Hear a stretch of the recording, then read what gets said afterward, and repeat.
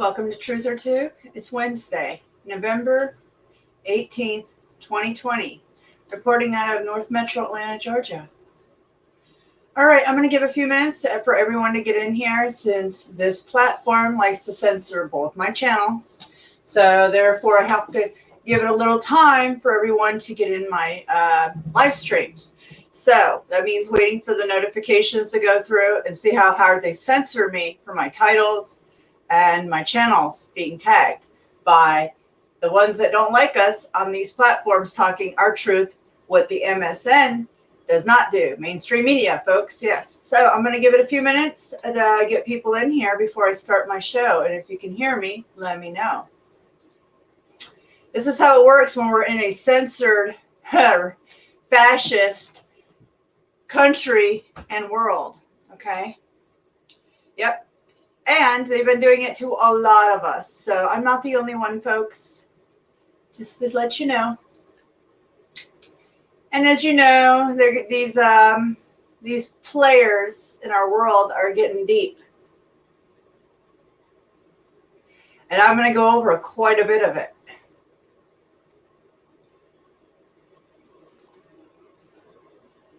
Your underarms are under attack. Oh, yeah, they are. Not only my underarms are under attack, but my paycheck's under attack. My freedoms are under attack. Screw the armpits. These commercials are something. Oh, boy. So I'm just waiting for more people to come in. Because as you can see, the ones that get my notifications usually are my trolls. Because they are trolling me hard. They are the paid disinfo agents. They're disinformant agents. And they're also people not for humanity. They are also controlled by these social media platforms. Puppet masters. Yep. The puppet masters. I'm glad you're watching me. Thank you. So, it's been 2 minutes and 15 seconds. So, we'll just wait a few more minutes and see what happens. It's nice and bright and sunny here in Atlanta. And it's kind of cold. I'd say it's in the mid, maybe 60, maybe not. I have no clue. Skies are looking fairly clear for the moment. No heavy payloads of death. Of like this word, the C word. That C word, you got that? None of that going on yet so far. As you can tell, I have to use a board like this because this platform, just like all the social media platforms, boot my videos down for talking these words. Okay? They don't like us talking our truth. That's for sure. Oh, Debbie Carson, not true. How are you? What is not true? Please speak your mind there, Debbie. Not true. What would be not true? You speak your truth. Let me hear it, Debbie. What's not true? Ha! Yeah.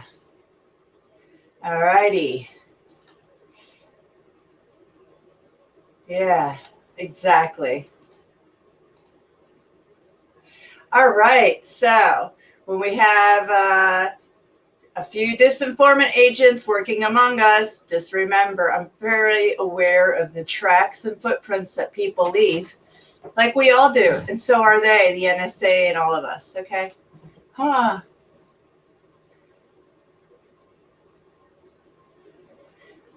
This guy looks possessed himself.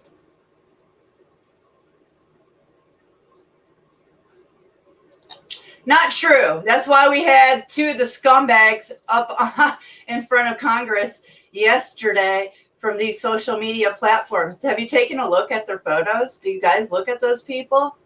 Wow. If that don't tell you something of those two people from Twit and Facebook, then I don't know what to tell you guys. They are possessed by far. Let's go over some of the optics since I have one person watching me because, like I said, they are not going to let my videos get out there. So therefore, let me go meta tag it. I'm just going to let this one troll sit here and watch me since you don't want to speak, or maybe it's not a troll. Maybe it's only the few that they're going to let my videos out to since you guys continue.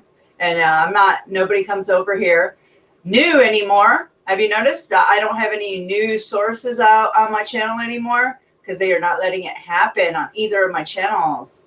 And I've connected the dots all the time. And I keep showing you. And they've taken away our closed caption on this platform off of the videos. I'm not the only one that noticed that. I started putting them on there because you can't simply understand all the optics going on in these videos. So, of course, we want closed caption on. Oh, no, they don't like that. They don't like it at all. And that's something.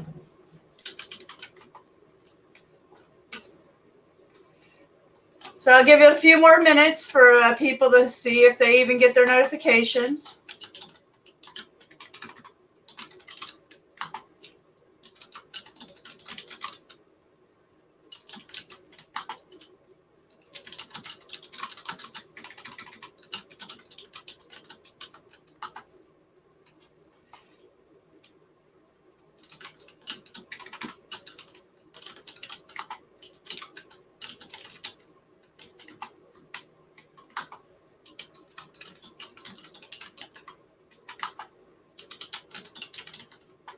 All right, I'm going to give something for the Google bots to think about. There we go.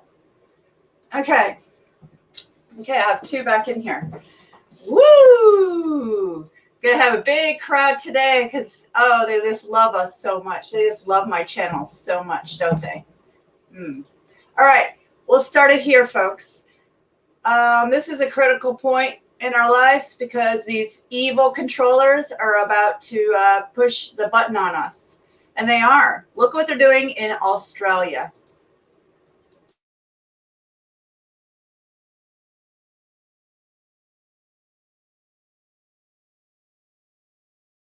Start by saying that as the state coordinator, I've challenged the control agency, SA Health, on the need for these significant impositions that we're about to place on the community for a relatively short period.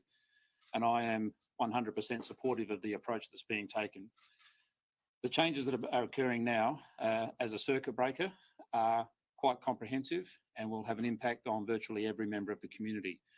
What I'll do is I'll just explain some of the areas that we are going to be closing or shutting down for a 6-day period. And after that 6-day period, there'll be a further 8 days of other restrictions, which will be not be as significant as the ones I'm about to outline. This is not yet a complete list. South Australia Police, along with SA Health, are working to consolidate this list. This will give a very good indication of the extent of the changes that we're making, but we will be providing further information during the course of the afternoon, which will give everybody sufficient clarity to understand exactly what changes we're making. Things that are being closed or shut down effective midnight tonight are all schools, except for children of essential workers and vulnerable children. Takeaway food will be shut. Universities will be closed. Pubs, cafes, coffee shops and food courts will be closed. Elective surgery, except for urgent operations and cancer treatment, will be closed. We are closing open inspections and auctions for real estate. We're also closing all outdoor sport or physical activity. FIFO workers will be on standstill for 6 days. Regional travel is not approved. If you are in a location at the commencement of these restrictions, you'll be required to stay there. Aged care and disability residential care will be in lockdown. Factories other than food and medical products will be closed, except for where it is necessary for them to remain open to prevent damage to machinery. The construction industry will be closed for 6 days. Holiday homes will not be available for lease or rental. Weddings and funerals will be banned for 6 days. Outdoor sport is not permitted. Masks will be required in all areas outside the home. Some of the areas that will remain open, which will be considered as essential: critical infrastructure, including water, power and telecommunications, will be able to function. Supermarkets will remain open to provide access to food and essential products. There will be limitations in terms of access, providing specific access to vulnerable members of our community to ensure they can access goods and services. Medical, including mental health, supplies, access to services will be available. Public transport will be open. The airport and freight services, including courier services, will be able to operate. Petrol stations Access to financial institutions and post offices will be able to be accessed.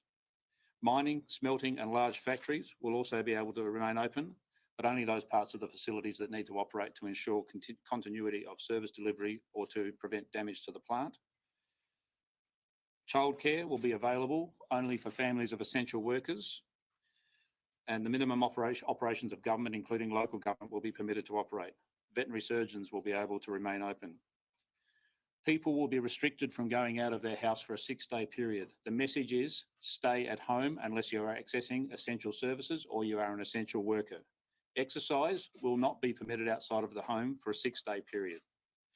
Food purchases will be available. You will be able to leave one person per household once a day to access groceries. Agriculture will be able to move about to ensure the safety and welfare and processing of animals and the production of dairy and other agricultural services. End-of-life visits will also be available through organised arrangements.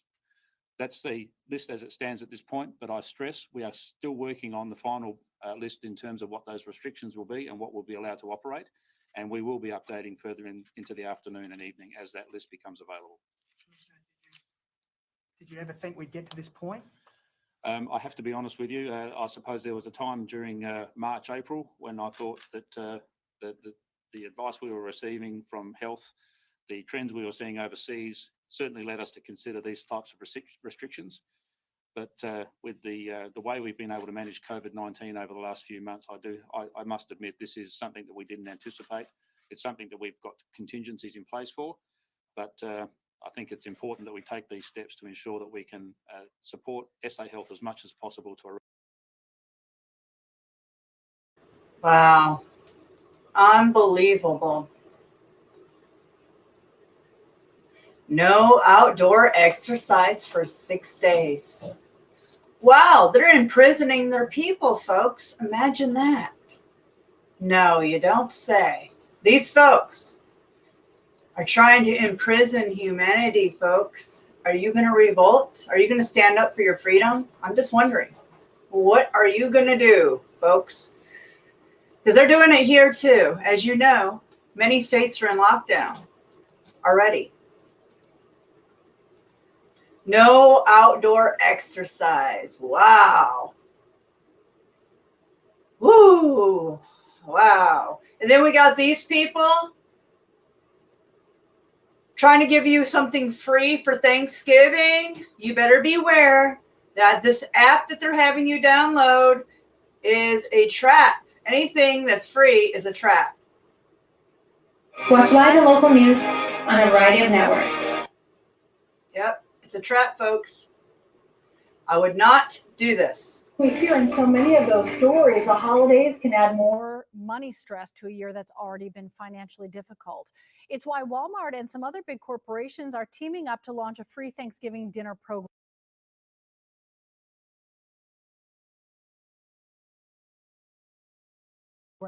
The goal is to help feed millions of families this holiday. It's part of the exclusive promotion with Campbell's, Butterball, Coca-Cola, and the mobile rewards platform called Ibotta. To participate, you just download the Ibotta app. You click on free Thanksgiving dinner. They have an offer there, and you can shop for your items at any Walmart or online. And once you buy those items, you scan your receipt into the Ibotta app, and you'll earn cash back for the entire purchase. We have a list of what's included on the free Thanksgiving dinner shopping list. It's all on our website and on our 11 Live app. Just click on this. That is so sad because I know so many people are going hungry in my country, all around the world. People are starving. They're starving people out, their paychecks. Food's hard to bring to the table, but they want you to go get your free stuff from these corrupt Walmart. Oh my gosh. Folks, do your homework. These people are not for you. And that is a trap. I would not want to eat anything Coca-Cola product because of the nanotechnology they put in it. I would not trust anything to do with these companies that are using their buildings as prison camps that they've filmed in the previous years of them setting up for us, folks. for later days, yeah.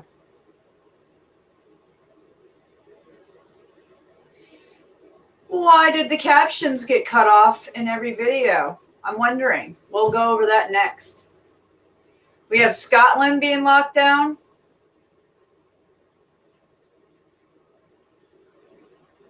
And now they say, oh, well, if you can't go out and have exercise because there's a virus in the air, come on. Then they're saying this, mouthwash can kill this virus in 30 seconds, so use mouthwash. Huh! I'm serious. They can't get, this is just so unbelievable, the things that are going on, guys. I could sit here for hours and show you.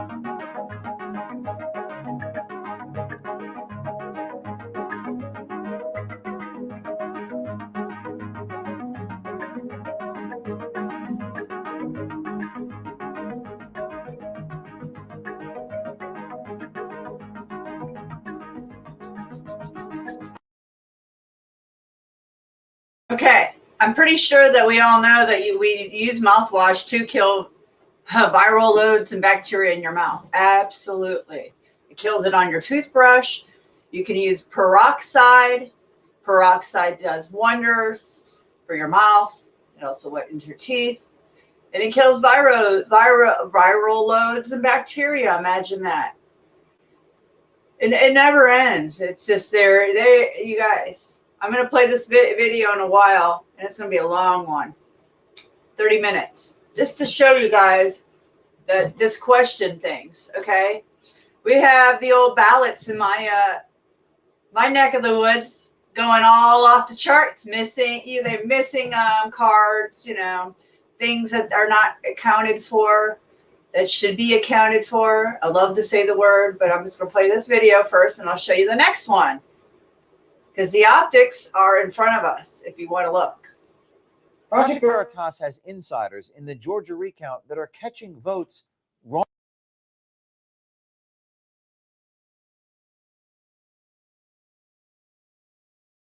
Do you see how they're listening to my videos, and the ones that they don't like, they buffer the hell out of them? Only attributed to Biden. Check this out.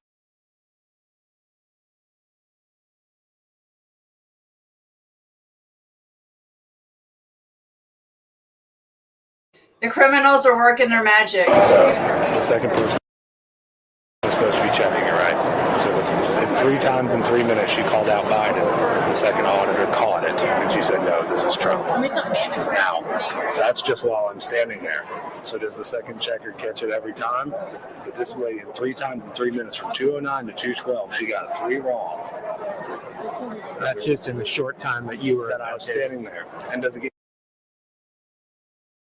Did you see the video? Recorded in Fulton County, Georgia, 11/14/20.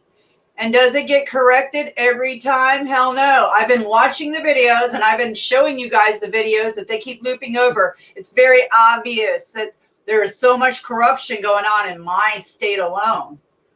Okay? In Georgia. Get corrected every time? Because the next table I went to right after that, the only reason I left that table is because there was one where the first person was reading it off, handing it to her. She's not even looking at it, she's just putting it in. putting it in which set? Whatever one the first person said. So table 17 was the first one where the woman got it wrong 3 times. Table 18 was where the first person would call out Biden or Trump. She passed it across the table. The other person did not even look at it, just put it wherever the first person said. That person is supposed to be audited voting and checking the second one. And so here's what happened after that. So I go and report it. They say, oh, we'll talk to the election officials, blah, blah, blah, blah, blah. They tell her, hey, I guess they talked to her. And so I come back by again in a few minutes. She's not doing it after they've talked to her. So I come and stand next to her, and she goes like this. Like being all cutesy about it, being exaggerated. Being snarky. Yeah, so I keep walking, I turn around, I look, and she's looking at me walking away as she's getting handed more ballots. So she's watching me. That's when things start getting real shady, like really like tense and cop. Because no matter where I was standing in the room, her and a couple other people started, they were looking, they were calling their boss over there, pointing at me. I haven't touched anybody, I haven't talked to anybody, haven't done anything. All I'm doing is writing down, observing, telling what happened. So I see they're all talking to her, and they keep like pointing over here. Well, I make another slow lap around the room, and as I come back behind her, she says, I'm paid by the taxpayer, and these fucking assholes want to come in here and watch me. 3 times in 3 minutes is what is the significance of that to you? If the other people aren't second checking it correctly, then stuff could be sliding through. Is that actually what you saw? Yeah, I'm not making this up. That's what I saw.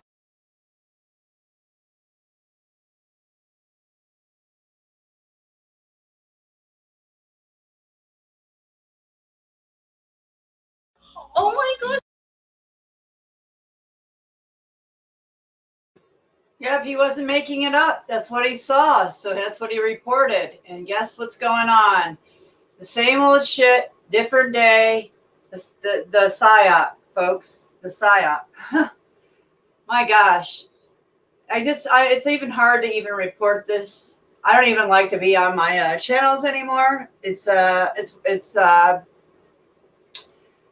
It becomes very exhausting when I'm speaking to my own enemies. And so as not to bury the lead, there is a specific county where we found a memory card based on the audit. There was an issue. We noticed that there was more people on the absentee ballot file for voting in person in Fayette County. And this is in Fayette County, Georgia, below Fulton County. 2 counties below Fulton County. The actual reporting. So we thought that might be the case. And it was discovered today for certain. And it's about 2,755 votes. They're going to recertify their results with these added tomorrow. This is a slightly different situation from Floyd. These were scanned votes that are on a memory card, whereas Floyd were a box of unscanned votes. So that is where we stand with that. So that means the total, I'll give you the totals as slow as I can so you can write them down, but then I'll give you the total and how it affects where the margin is right now. So for President Trump, 1,577. For former Vice President Biden, 1,128. For Joe Jorgensen, 43. And write-ins, 7, because we look at every single ballot. So that's why the write-ins are there. I do not know if those are qualified write-ins or just Mickey Mouse write-ins. I don't know the answer to that. So when we left off the call this morning, we were looking at a margin of 13,378. The net gain for the president on this memory card is 449 for a new total of 12,929. So that is where we stand right now. The situation is because of the audit, we found this. We saw some potentials on this. And again, this is where the county had a couple of places where they should have been able to see it. 1, the absentee voter file for the reconciliation. They obviously didn't do that. 2, the check-ins. They didn't check that. And then 3, the tabulator screen on the election management system has a box that's checked or unchecked depending on whether the card has been uploaded or accounted for. So there were several spots where the human beings who were running it, this didn't follow the procedure, and that's why this happens. But this is why you have the audit to discover these things. Now, let me frame this up with a couple of other items. We have 57 counties that are flat out at 0 deviations from the ballot count that they started with. So that's 57. We have 21 other counties that are either +1 or -1 off of the original count that they had. So that's 78 that are basically spot on. We have another 32 counties that are in single digits that they're off. So they're finalizing that, looking, did they miscalculate something? Did they switch data entry, things along those lines. But single digits is not that much to be concerned about on these things, but we're trying to get it as right as we can, but to prove the outcomes are proper and correct. Now, again, I want to frame up how the audit works. We saw that Fulton was done with the audit and DeKalb was done with the audit. They were done with the first phase of the audit, which is the hand counting. Then you have to go to the data entry side where we have a lot of quality control measures. Did you put the numbers in properly? Did you get every batch? Did you transpose any numbers? Did you forget to put a number from the tally sheet into the data entry? Now, for larger counties, there's more pieces of paper. It's going to take more time. And again, as we have been saying repeatedly, the human beings that are part of this are the weakest link in the whole system. But that's why there's these checks and double checks and triple checks that we do before we finalize the audit phase of this. And that's why this handout audit is important. Now, there's one other county that we have a potential, it looks like in Walton County, there may be a memory card with 224 votes on it from an election day polling location. That is we're still trying to see if that was a batch that might have been missed or if there's actually a memory card. I don't have a final answer on that yet, but there could be potentially 224 votes in Walton County as well.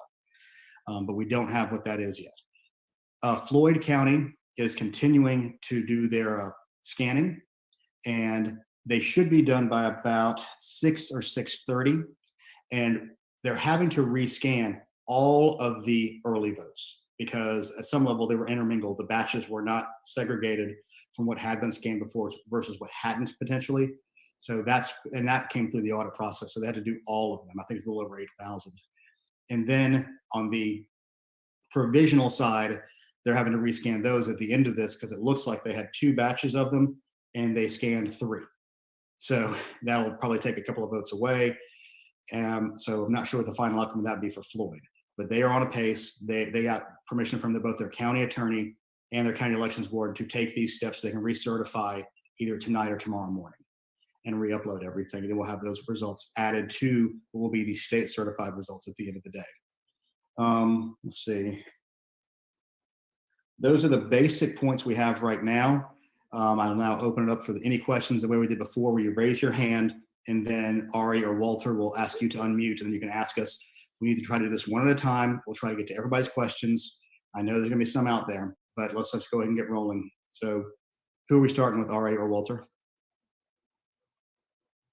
Nick Wooten. Okay. Hey, Nick. Hey, Gabe. It's Nick Wooten with McClatchy. Just could you go over exactly what happened in Fayette County and how that's different from Floyd? Just more of a developed explanation. Okay.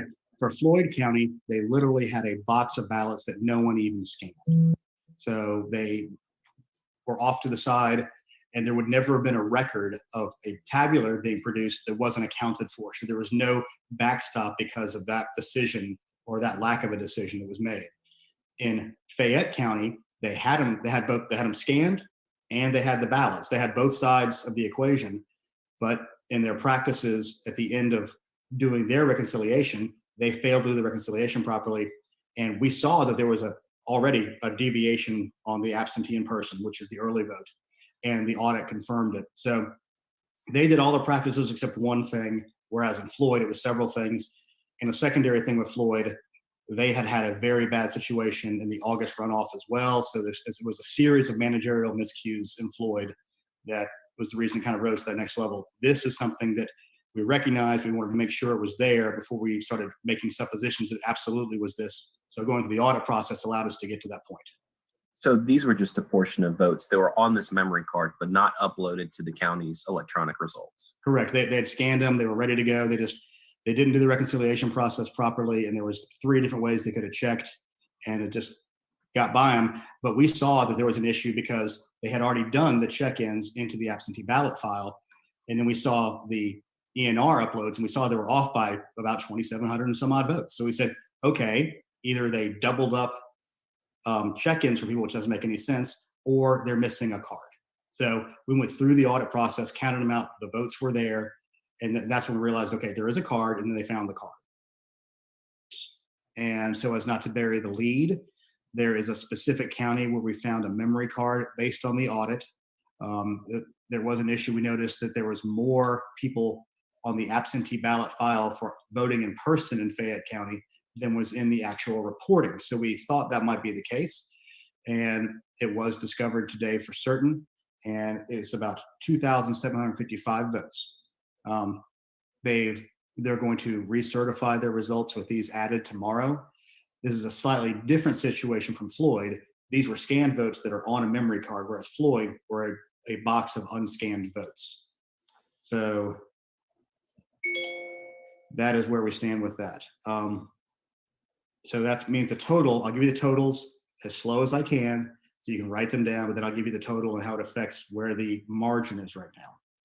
So for President Trump, 1,577. For former Vice President Biden, 1,128. For Joe Jorgensen, 43. And write-ins, 7, because we look at every single ballot. So that's why the write-ins are there. I do not know if those are qualified write-ins or just Mickey Mouse write-ins. I don't know the answer to that. So when we left off the call this morning, we were looking at a margin of 13,378. The net gain for the president on this memory card is 449 for a new total of 12,929. So that is where we stand right now. The situation is because of the audit, we found this. We saw some potentials on this. And again, this is where the county had a couple of places where they should have been able to see it. 1, the absentee voter file for the reconciliation. They obviously didn't do that. 2, the check-ins. They didn't check that. And then 3, the tabulator screen on the election management system has a box that's checked or unchecked depending on whether the card has been uploaded or accounted for. So there were several spots where the human beings who were running it, this didn't follow the procedure, and that's why this happens. But this is why you have the audit to discover these things. Now, let me frame this up. Whoa, I don't know what happened there. Somehow my video re-looped. Okay.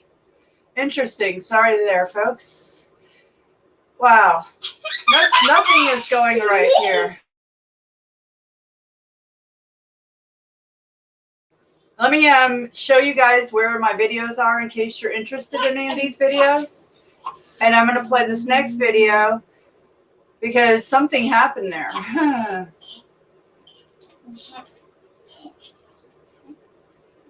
And that was published yesterday.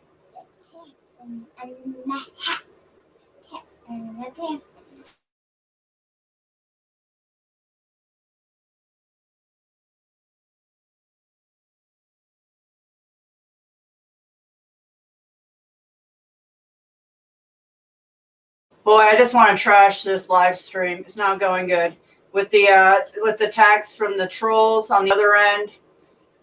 It's hard to get anything done on a good fashion here. I'm sorry. Oh boy. Well, I have lots of videos that I could show you. I don't know if they all pertain to the same thing, but we have lockdown in Scotland too since the pandemic. But this is a video really you need to see. True Stream Media. Check it out.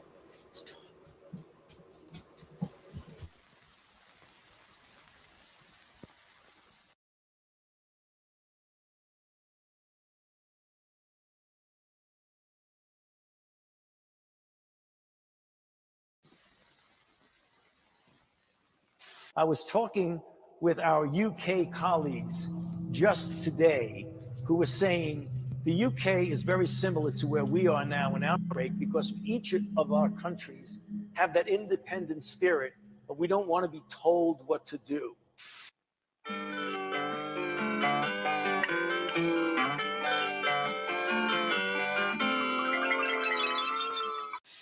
Hey everybody.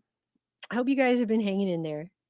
I'd like to say that we are too, but it's actually been a really rough couple of weeks. I personally felt the shift just after Halloween, and it has not let up that I can tell. I've been trying extremely hard to keep my head down in the movie that we're making instead of the movie that's playing out in them streets out there. But it is very hard to do that. And one of the problems that I think that we have is that people don't realize that this isn't actually about a public health crisis. Okay, that is just the catalyst for the future that was already being built and was already coming, that they've been talking about instituting, that we've been talking about on this channel for years. In fact, I would say we've been talking about this before we knew that's what we were talking about. I don't think that people realize the choices that they will be forced to make in the future that is being built on the back of what is happening now. And the things that they're telling people this year, I mean, in the 21st century, I think are kind of mind blowing that they're even saying these things to people with a straight face. I finally just couldn't stand it anymore when earlier this week, Dr. Anthony Fauci, in an interview where he addressed the authoritarianism of scientists during this crisis, just straight up said this. I was talking with our UK colleagues just today who were saying the UK is very similar to where we are now in outbreak because each of our countries have that independent spirit, but we don't want to be told what to do. Well, I understand that, but now is the time to do what you're told. Is your pesky independent spirit of not wanting to just do what you're told getting in the way of you just doing what you're told? There's gotta be a better way. Now is the time to do what you're told. So first of all, I don't know how much American history Fauci knows, but clearly he has missed the irony here of talking with UK colleagues about the independent spirit of Americans and how that independent spirit needs to basically be stamped out because of this situation. And secondly, I'd really like to know what he thinks is so funny about that. Why that makes him laugh to say that. You know, I think being the scientist in the basement for 40 years and then finally getting his teeth into a lot of newfound power in the spotlight has not really done a whole lot of good for this man personally. Two key things. He has his own Topps baseball card and a bobblehead doll that somehow in this weird year that is 2020, America's leading rock star is an epidemiologist. When he can go on a stage like this and say that and then laugh about how everyone needs to just do what they're told. Especially when 20 minutes earlier in this same talk, he admitted that scientists have been coming off as a tad authoritarian during this crisis. But I think there has been an anti-authority component to this. You know, we had anti-vax. People don't like to be told to be vaccinated. Scientists are often perceived as authoritarian. And sometimes, in fact, they've made that perception themselves by the way they act. I think we can improve on that. So he says this, but then his response to this is do what you're told. Apparently to turn around 20 minutes later and just tell everyone to do what they're told because ... science. Okay? So science has become incredibly authoritarian. Not a little bit, not sort of, not let's think about this. I'm not really sure, is it or not? No, it just totally 100% is now. This whole thing was kicked off with Neil deGrasse Tyson getting up on a nighttime talk show and telling everybody, we just need to obey scientists. We just need to obey them. Of this virus, I think we're in the middle of a massive experiment worldwide. And that where's the guinea pigs? Maybe the experiment is, will people listen to scientists? If we all paid attention to what scientists say, maybe the coronavirus will just blow on by and with a minimum of cases. And then we kicked its ass for obeying the recommendations of scientists.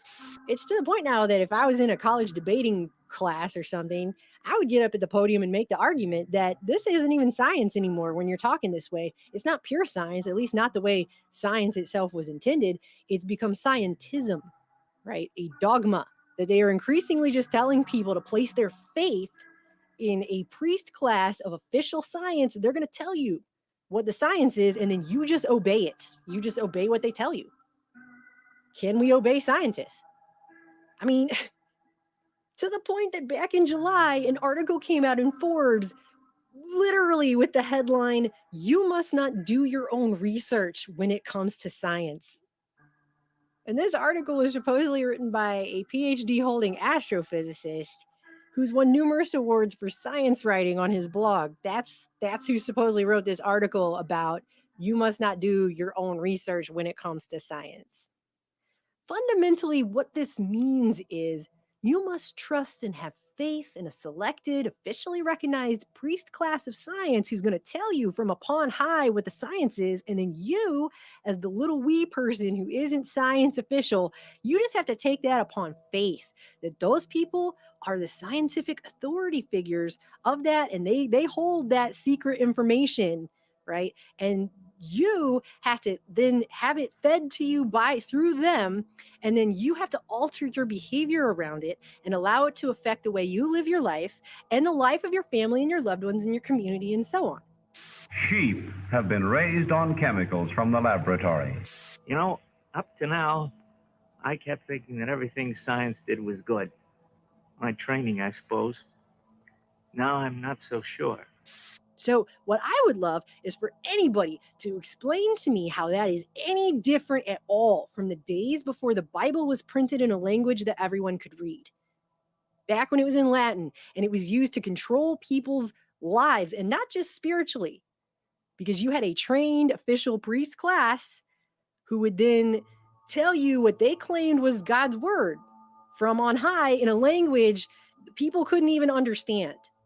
So they didn't know if that was purely what was written in the Bible or if there was other stuff added to it or changed or altered, etc., because they didn't have it in a language they themselves could see and read. But if you've ever read the Anglican Church's Book of Common Prayer, which kings and queens were making mandatory back in the 1500s and 1600s over there in Great Britain, and they attempted to force everyone to use that, they were actually taking Bible passages out of Psalms and stuff, and they were mixing those with having people do prayers in church for their own obedience to the government, to the monarchy, to the system. There's all these prayers in here about being obedient, dutifully obeying the king, like praying to God that they dutifully obey the king, praying for the king and for their obedience to the king, but they're praying to God for it. But they made this book mandatory for everyone to use. And then they put all these prayers in there for their own obedience. They make everyone pray to God to obey the king. After his father was a complete tyrant who ended up getting his head chopped off. And there's a prayer in here for that guy too. And they called him a martyr. So it's very politically loaded, this thing here. And then what they do after that is they go ahead and slap 1 Peter 2:11 in there as an epistle, this whole section about submit yourselves to every ordinance of man for the Lord's sake, whether it be to the king as supreme or unto governors as unto them that are sent by him for the punishment of evildoers. So submit yourself. So they just slap that on there. You see what I'm talking about? For a religious book, this has an incredible political agenda on the back of it. And anyone who can look at that without bias from an outsider's perspective can clearly see it. It's all over the place in here. They were putting that in there. It was getting added in. All right. This is one of the things that the colonists who came to America were actually attempting to get away from right there. Okay. And it just feels like the government is now armed, not with a manipulated Bible book thing that's all cobbled together where they take passages from here and there and just mix it together with the agenda, but instead they're armed with a scientific dictatorship priest class of scientists that has risen in the shadows of the national security state that was erected here, especially since World War II, and is the very thing that President Eisenhower was attempting to warn everyone about when he left office. Yet in holding scientific research and discovery in respect, as we should, we must also be alert to the equal and opposite danger that public policy could itself become the captive of a scientific, technological elite. And so in this way, I don't see how we're not going back to the Dark Ages, the Inquisition. You just have to believe. You just have to have faith. The scientist says so. You know, don't do your own research. The scientist told you. Just obey them. Just do what you're told. This isn't just about wearing the masks. I took this clip of Fauci and I mashed it up with the key part of the Rage Against the Machine song Killing in the Name of, which I'm not going to play here because, you know, they'll just probably put ads on it or copyright claim it or whatever YouTube's going to do with that. So it's not even worth putting it here. but it's over on my Instagram and on our Twitter if you want to go watch it. But there were people saying, this isn't oppression, just wear the mask. I don't see why the mask is such a big deal. This isn't just about wearing a mask. This is about a type of changing the way people look at each other collectively, a type of obedience training. Has there ever been a time where they have seized a certain type of power, forced everyone into a certain type of behavior, and then changed it later once they got everyone to do things? No, they're just going to build from here. This is just the beginning. And it's not a choice anymore. They're making this not a choice. Here's what's going on now for people is you can't go into certain grocery stores without a mask. And it doesn't matter if you have a health condition. Those people are being discriminated against. Because if you have a health condition that makes it so you can't wear a mask, you're not allowed. They don't care. They actually put signs on the thing and say, you're not allowed in. Costco now is mandating it. I haven't checked to see all these other places, but they're mandating now in such a way that they won't even let you in to buy groceries. So your only option then in that situation is to either have someone else do it for you. But if you don't have anyone else, then your only other option is you have to have a phone and a computer and the internet and order stuff online. This isn't just about this. It's not just about like changing your behavior for this situation and then everything's going to go back to normal. They don't plan for things to ever. They've only told everybody over and over and over again, things aren't going back to normal ever. And as a matter of fact, back in March, and I missed this one, Yuval Noah Harari, who has written a number of books. He wrote the book Homo Deus, A Brief History of Tomorrow, all the stuff that's coming with the transhumanist movement and all that kind of jazz. He did an article in the Financial Times back in March about the world after coronavirus. And he spells it out pretty clearly what the situation here is. He talks about how, 50 years ago, the KGB wasn't able to follow 240 million Soviet citizens 24 hours a day. And they're even if they did, they wouldn't be able to process all that data and information. Of course, now, as we all know, we have computers and AI. And so that's a lot easier to do, especially since you have these devices in everyone's hands and in their homes. It's much easier to gather all that data and it's a lot easier to analyze it. So this is what is happening. But you know what? I'll just read this. He's talking about the normalization of the deployment of mass surveillance and the fact that it's being done under this being ramped up and done under the argument that it's for public health and for public safety. He says, you might argue that there's nothing new about all of this, and that in recent years, both governments and corporations have been using ever more sophisticated technologies to track, monitor, and manipulate people. Yet if we're not careful, the epidemic might nevertheless mark an important watershed in the history of surveillance. Not only because it might normalize the deployment of mass surveillance tools in countries that have so far rejected them, but even more so because it signifies a dramatic transition from over the skin to under the skin surveillance, which is what we've been saying for a long time. This was always going to be increasingly more and more invasive. That was how it was designed from the beginning. They were always moving towards this mark. It's just each thing is moving it a bit closer and a bit closer to get everyone gradually used to it, to get it normalized before you take it to the next step. Hitherto, when your finger touched the screen of your smartphone and clicked on a link, the government wanted to know what exactly your finger was clicking on. But with this virus, the focus of interest shifts. Now the government wants to know the temperature of your finger and the blood pressure under its skin. One of the problems we face in working out where we stand on surveillance is that none of us know exactly how we are being surveilled and what the coming years might bring. Surveillance technology is developing at breakneck speed, and what seemed science fiction 10 years ago is today old news. That's something we all know. But then he goes straight into the Black Mirror episode that's becoming reality quickly. Wow, they made a game out of our horrible collective societal future. As a thought experiment, consider a hypothetical government that demands that every citizen wears a biometric bracelet that monitors body temperature and heart rate 24 hours a day. The resulting data is hoarded and analyzed by government algorithms. The algorithms will know that you are sick even before you know it, and they will also know where you've been and who you have met. The chains of infection could be drastically shortened and even cut altogether. Such a system could arguably stop the epidemic in its tracks within days. Sounds wonderful, right? The downside is, of course, that this would give legitimacy to a terrifying new surveillance system. If you know, for example, that I clicked on a Fox News link rather than a CNN link, that can teach you something about my political views and perhaps even my personality. But if you can monitor what happens to my body temperature, blood pressure, and heart rate as I watch the video clip, then you can learn what makes me laugh, what makes me cry, and what makes me really, really angry. It's crucial to remember that anger, joy, boredom, and love are biological phenomena just like fever and a cough.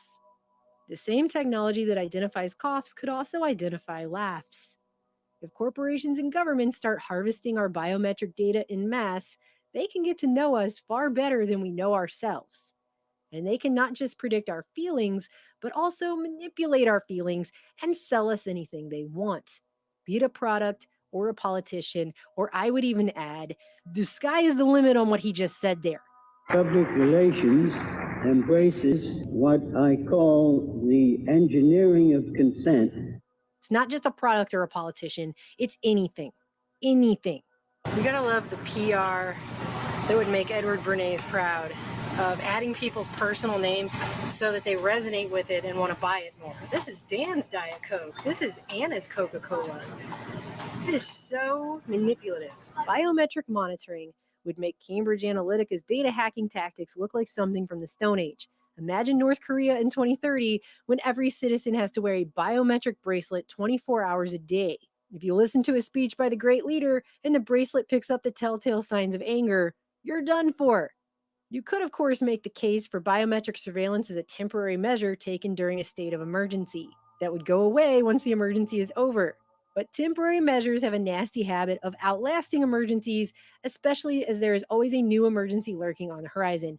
That's exactly how it's been. That's exactly what I'm trying to say, too. That when have they ever taken more power and then later, after the so-called emergency or the situation or whatever was under control, they were like, we'll just take that back now. No, I think everyone who lives in a post 9/11 world knows that that has not ever been the case historically.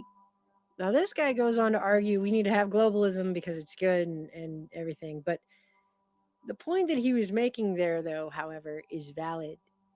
There are already countries calling for certain kinds of digital passports with health information that allow people to travel. They're talking about how this would all be better if they could just monitor and track and trace everyone and get all their data. It's not that hard of a leap to go from today we're mandating masks to tomorrow we're going to mandate biometric data. Tomorrow we're going to mandate whatever. Tomorrow, if they mandated tutus, I'm pretty sure there are some people out there that would suddenly become ballerinas, okay?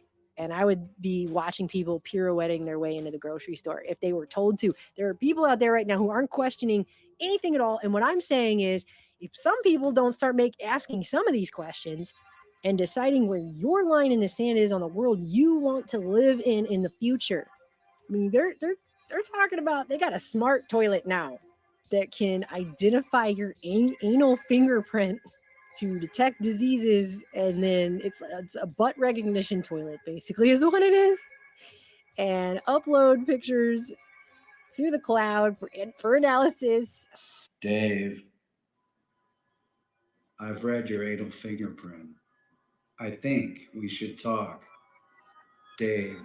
To protect you. What if they said that we need to all have one of these toilets installed because that's going to be for the public safety? You got to monitor where does the line get drawn on your personal, independent space?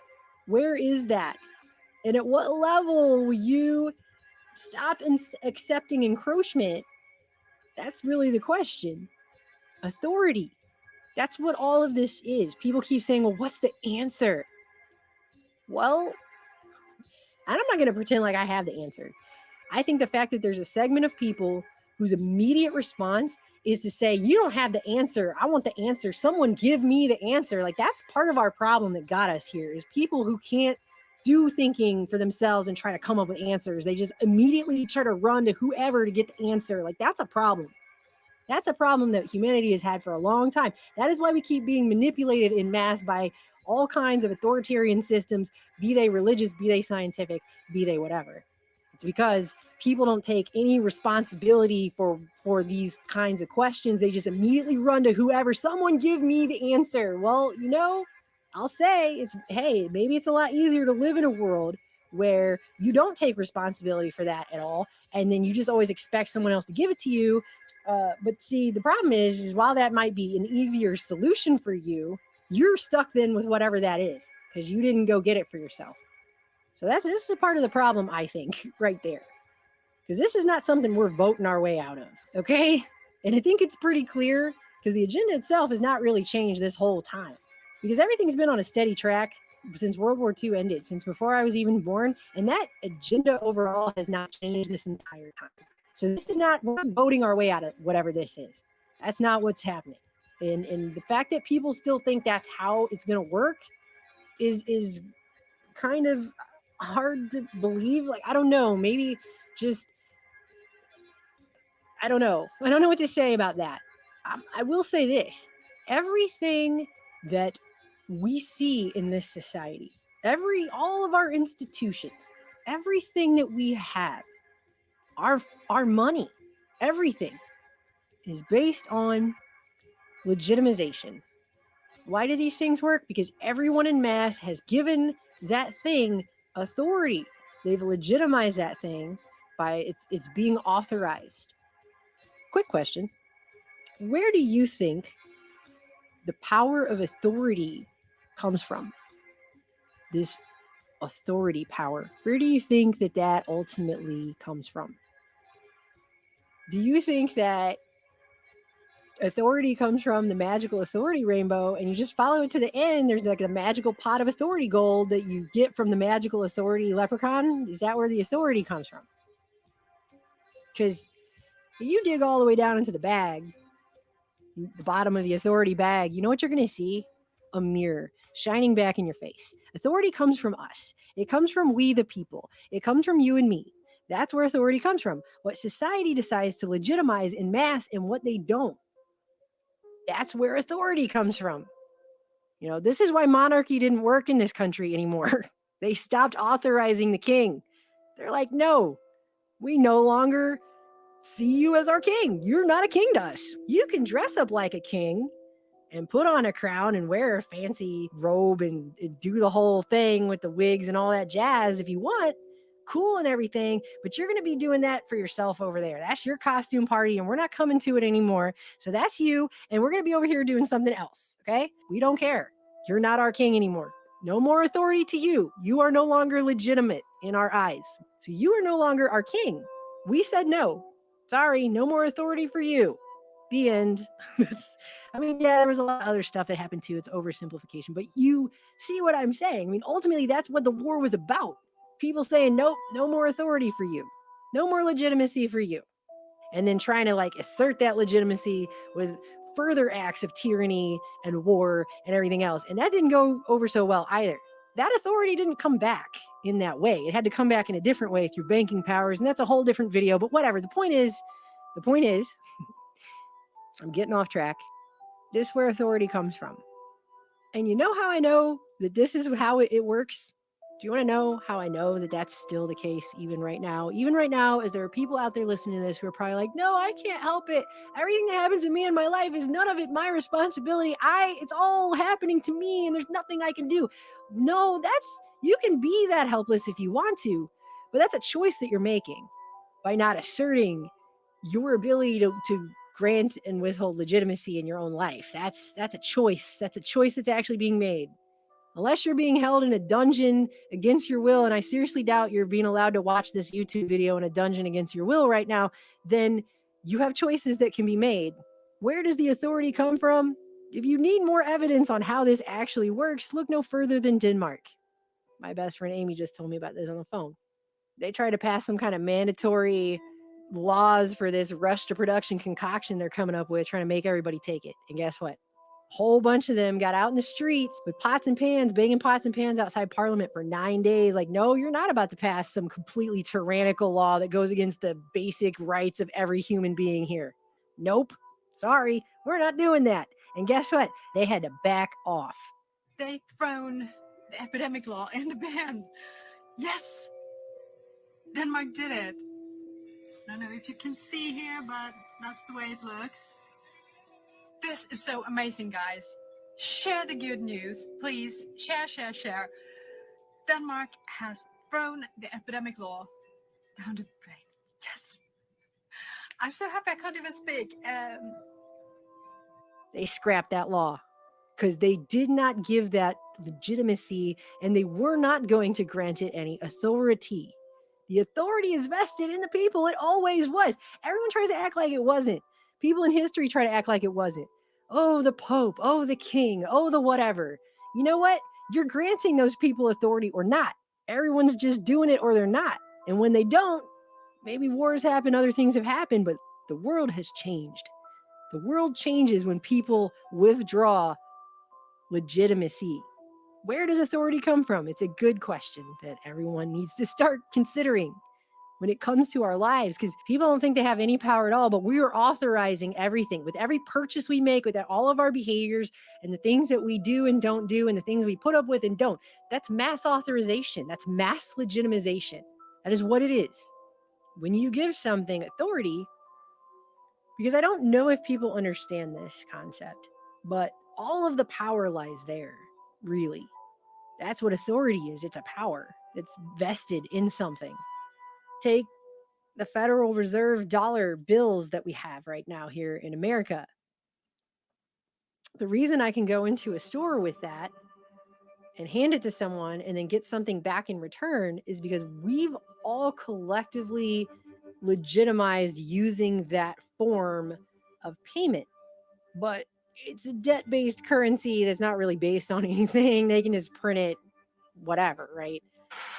Sure, one more time. Dollars, yeah. No, they're about to switch that over. It's not even going to be something you can physically hold in your hand anymore. It's just going to be imaginary numbers existing on a screen in a digital space somewhere. It's not even going to be real anything. It's not even going to be real anything, but it's still going to be used to control everyone's lives because everybody is allowing that system to do so. It's being authorized by everyone. If everybody tomorrow said, we're not doing this anymore, it's done, and no one gave any authority or legitimacy, no one, it'd have to be a large group of people that we'd have to all do it together. If, hypothetically speaking, everybody said, hey, you know what? No legitimacy. I revoke legitimacy. I will no longer allow this to have authority. I'm going to go live in a tree over there or whatever, right? If enough people did that, the whole system would change. Just period. It really actually would. People who have said that since time immemorial, they usually end up in history. They get burned at the stake, and no one likes to hear that. No one wants to hear it, but it's true. It's true, though. So what is legitimation? We're going to the big old dictionary for this one. Legitimation or legitimization is the act of making something legitimate. And what's legitimate? Legitimate is authorized. That's giving authority to a thing. To authorize something is to clothe with authority, warrant, or legal power, to give a right to act, to empower, as to authorize commissioners to settle a boundary, to make legal, to give legal sanction to legalize, to establish by authority as by usage or public opinion, to sanction or confirm by the authority of someone, by the authority of someone. That's granting it authority, actually. You have to grant the authority. You have to. We all have to, as a group, granting the authority. That's voting is like reauthorizing for another 4 years a system that is never going to change by voting. Okay? It's just not. I'm not going to go there right now. I've already said that. I've said that so many times. I'm blue in the face saying that. So I don't plan to just go off talking about that. But authority is defined as a legal or rightful power that gives somebody or something the right to command or to act.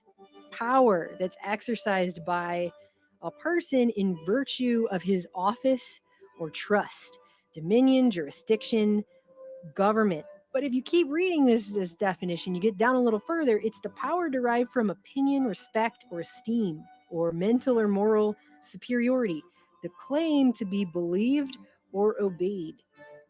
To believe is to exercise a belief in. to credit upon the authority of another and regard it as true.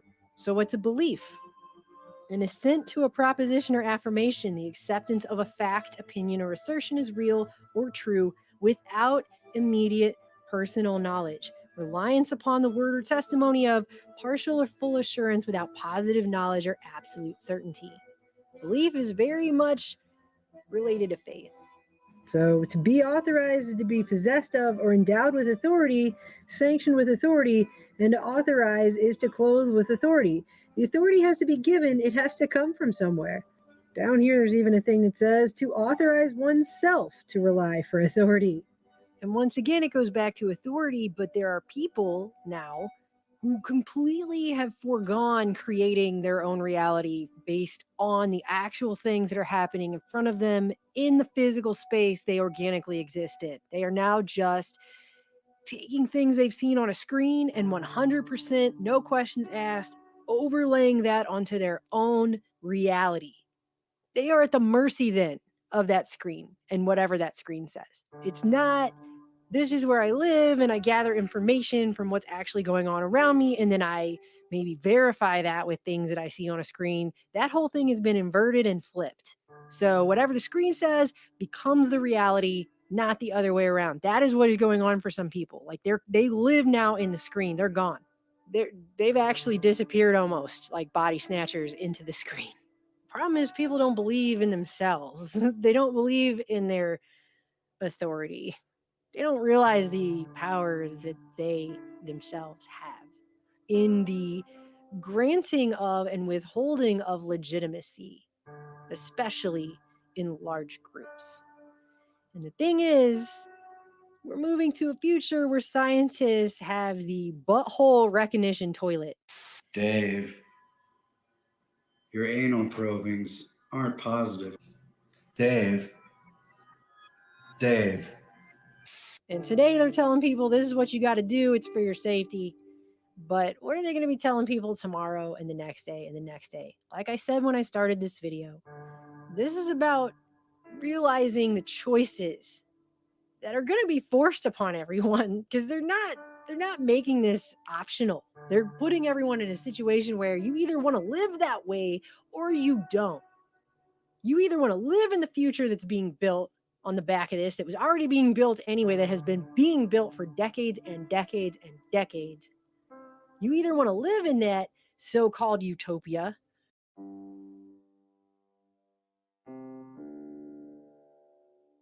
She's also hoping that people in the near future will own nothing. That's their big answer to income inequality. They've been talking about it at these conferences for years. They've been talking about universal income, what to do when people can't work. And their answer is people of the future will own nothing. The Davos elite, preparing for their annual confab next month, have acknowledged the growing problem of the underman who's threatened by the rising cost of living, discouraged by the lack of better paying opportunities overall, and all the other factors that go into living in the society that we've been in. And the answer of the 1% and those even fewer who could be counted among the billionaires of the planet who own more than anyone else listed in the phone book.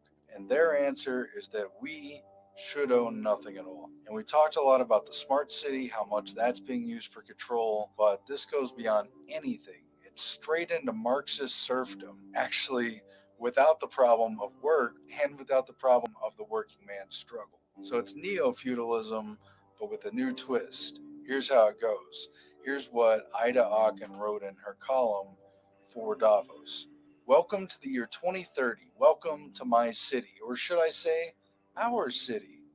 I don't own anything. I don't own a car. I don't own a house. I don't own any appliances or any clothes. I sound like I'm from a Dr. Seuss novel. Everything you considered a product has now become a service. We have access to transportation, accommodation, food, and all the things we need in our daily lives. One by one, these things became free, so it ended up not making sense for us to own much anymore. Why do you want to own your cell phone? I mean, you want the function, you want the service, right? Why do you want to own a cell phone if you can just lease it? And if you lease, why shouldn't you lease your refrigerator or your washing machine or your dishwasher or Why do you want to own it? I mean, it's not like the plastic in the middle. It's like, I own a broke dishwasher. I mean, wow. One man's utopia is another man's dystopia. You either want to live there and you don't care anymore if you have no privacy at all and the government is monitoring signals in your body and everything else that comes with that. Dave. Knowing which commercials make your brain light up, knowing what makes you happy, knowing what makes you cry. You either want to live in a world that's going there, because that's where this is all going, and they're telling everybody that's where it's going, and you either want to do that or you don't. And there's going to be, I think, a lot of people who don't. And so those people need to, I don't know, maybe we need to all try to figure out some place that we can all go, because there's going to be a lot of people who don't want to live this way. It's just straight up. Even Klaus Schwab, the World Economic Forum guy, he's got the Great Reset. He's telling everyone is coming on the back of this. This Great Reset thing has already been talked about. This is not new. None of this is new ideas. That's the thing. They're just now being largely told to the public. This is stuff we've been talking about for years. And what I'm saying is he, in his book, his latest book that just came out about the Great Reset, he's talking about how there are going to be a lot of people who don't want to live like this, that aren't going to want to live in these kinds of surveillance capitalism societies, where it's all based on, try to be forced into a situation where you're monitored all the freaking time. There's going to be people that don't want to live that. There's going to be a lot of people, I think, that don't want to live in a Black Mirror episode for the rest of their life on this planet. That's going to be where this is going. And it might not be right away. It might be slowly over time. Like they just keep turning the water up on the boiling frog there till the frog doesn't realize he's dead. But hey, that's where this is going. And they're openly admitting that, and they're saying it. And I don't know. I like to go to the bathroom with the door closed. Why do I close the door when I go to the bathroom? Privacy. Dave, would you be interested in a product that's a lot like the tacos you ate from that truck apparently about 24 hours ago? Dave, it has very high ratings. I don't really want an Alexa smart toilet analyzing my anal fingerprint when I go to the bathroom. I don't want that to be sent to a cloud and analyzed for what I'm doing. Like some people think that's the greatest. Like science is awesome. Put it right in my butt. Well, good. You live that way. But the idea that we're going to come to a point of all of this so-called progressive technology, and then we're going to turn around and act like it's totally fine for some of us to try and force all the rest of us to live in a way that makes life not worth living is kind of ridiculous. Okay? There's nothing progressive about that. That's authoritarianism. And it doesn't work unless people get in line and march to it. Well, I'm not goose stepping to this. I don't want to live here in this world that's being painted. And I've been saying that for a long time. And I know I'm not the only person who looks at that and goes, are you kidding me? That is not life. And there are governors now in the United States of America, land of the free, who are telling people who they can and can't invite over for turkey on Thanksgiving Day in their own homes right now. That is how far this has progressed. They're trying to tell people who you're allowed to have Thanksgiving dinner with in your own house. So I'm asking Oregonians to make additional sacrifices on top of the sacrifices they've made all year. Limit your gathering to your household only, up to 6 people, 2 households if you must, but keep it at 6 people. Keep it small. Don't accidentally kill someone. So that is how far this has progressed. This is what I'm trying to say. It's not, I'm not talking about masks here. This is not what we're talking about, okay? We're talking about getting people used to the idea of living in certain ways in the lead up to changing fundamental systems of how society works, lives, and is run. And it all seems to be happening on the schedule that gets people used to it. That's really... The 2 workable yardsticks help in discovering how near a community is to despotism. The respect scale and the power scale. Here's what I know. Historically, when people have lived in situations where there was tyranny, A community is low on a respect scale if common courtesy is withheld from large groups of people on account of their political attitudes. where it was a tyrannical situation where somebody or some government body or some institution, etc., fill in the blank, was attempting to enforce tyrannical situations on people. These children are being taught to accept uncritically whatever they're told. And if books and newspapers and the radio are efficiently controlled, the people will read and accept exactly what the few in control want them to. Situations that invaded their personal space, invaded their privacy, invaded their freedom, invaded their liberties. Those people have had to make tough choices. One sign of a poorly balanced economy is the concentration of land ownership in the hands of a very small number of people. I think a lot of people don't want to hear that either. This is the video of things people don't actually want to hear, but that's, it's what's happened. The test of despotic power is that it can disregard the will of the people. It rules without the consent of the governed. And when they don't like those situations, that's not easy to do. I'm not trying to sit up here and act like that's going to be simple for everyone and just like the easy, convenient thing. That's how all of this is right now, right? It's just more convenient to go along with these things and keep going along with it. But where's this ending? What happens in a single community is the problem of its own citizens. But it is also the problem of us all. Because as communities go, so goes the nation. Do people realize where this is about to end? Because they're saying the kind of world this is about to end in. I guess they just want everybody to Netflix and chill their way right into a just completely dystopic nightmare. Like, that's what it feels like. Just, hey, if Amazon Prime delivers enough food to your house and you just get enough television on the TV there, then you won't care that you've essentially been put in an isolation chamber in your own home where you do all your work, all your school, all your life. You just stay in there like a little cell. That's no kind of utopia. They can talk all day long with their buzz phrases about equality and all this other jazz. Whatever, okay? Because that is like an open air prison. That's what that is. I mean, I don't know what else I can say for people who are refused or unwilling to see where this is headed or how bad this already has gotten and refuse to see where that is going. I don't know what else to say. I honestly, at this point, don't know what else I can say to you if you don't get what this is and what is happening and where that's headed. But now is the time to do what you're told. This whole thing about do what you're told, if that's the way they plan to bring this in, I don't know if that's going to go so well over. I don't think that's going to really be working for a lot of people.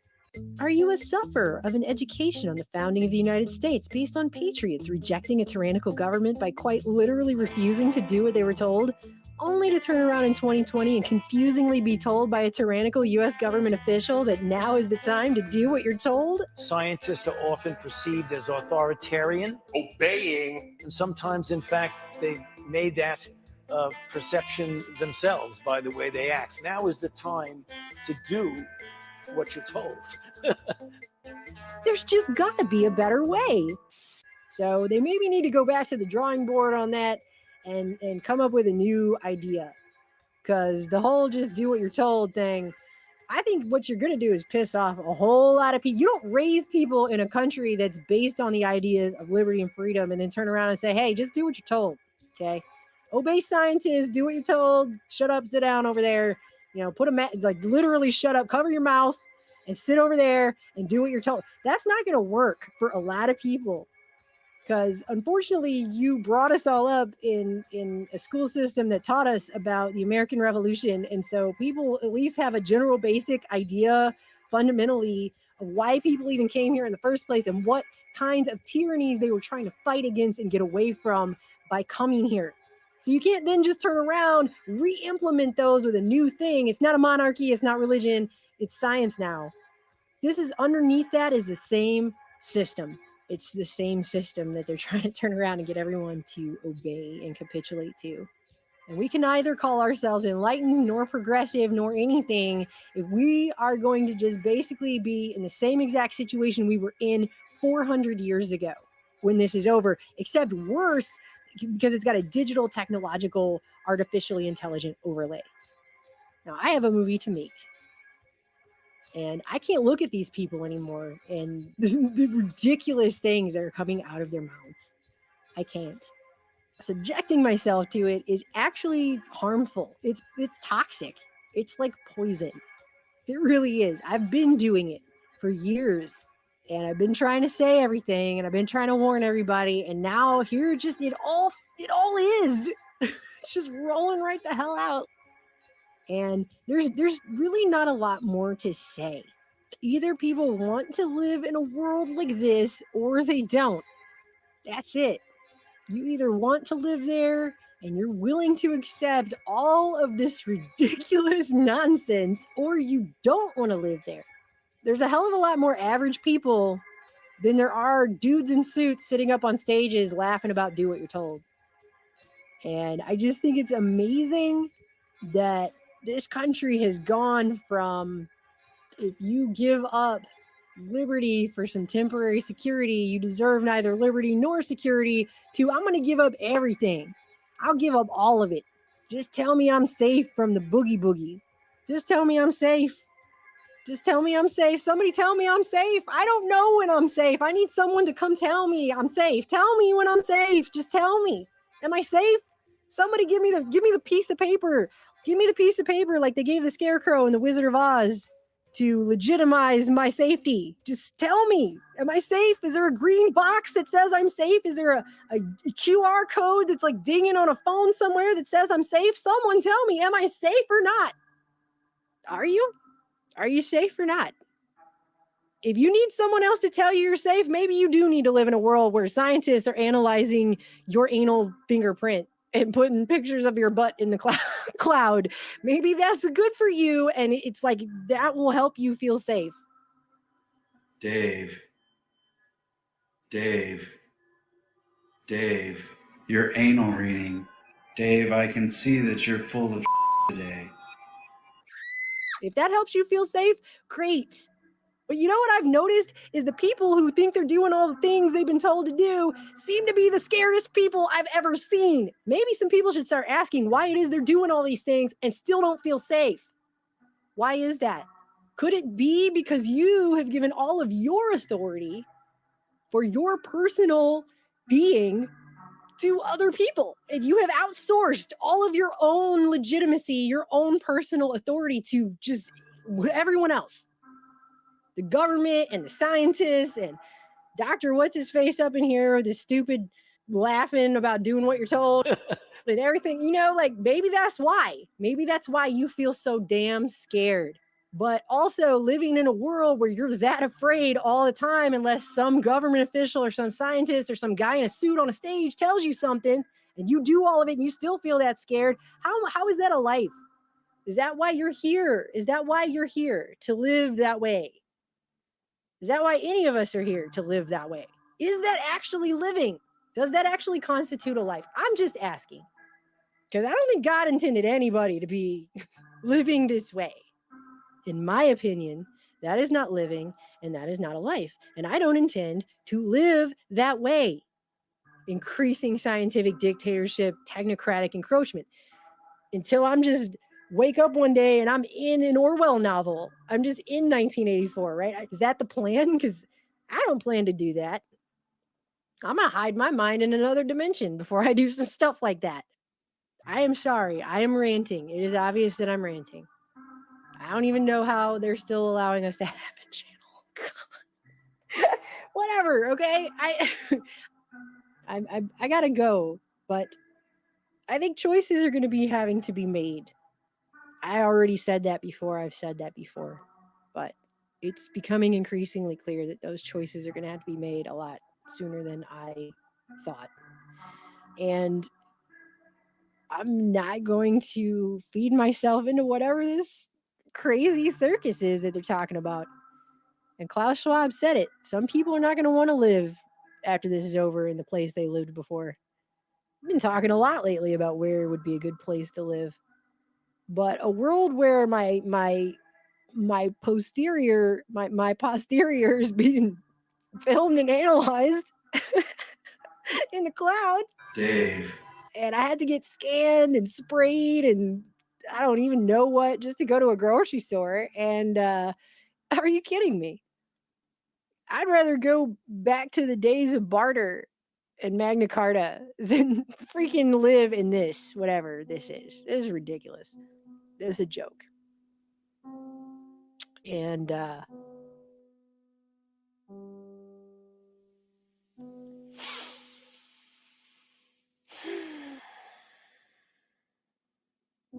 I love you guys. I hope you guys will hang with us because we're working on a film right now that someone in the last video, when I mentioned it, they said it sounds like a true stream magnum opus or monument opus. Yep, that's exactly what I think this film is. So I really hope that people stick with us because we've got something amazing here. I need to get my head back to that and stop pulling it up to like every time I look up at this, it's just I can't. Do you know what I'm saying? Anybody who tries to maintain a certain level of anger about this is going to probably spontaneously combust because it's almost as if it's such a clown world that I wonder if it isn't just, I'm waiting at some point for somebody to come out from the side and be like, yep, we were kidding. I'm waiting for it to be like hidden videos or something. And then the crew is going to come out from the corner. Yeah, just kidding. We just want to see how far we could take it. Just kidding though. Like this, okay, we took it pretty far. We had you going. Like I'm waiting for that moment. That's how ridiculous things are. So I will talk to you guys.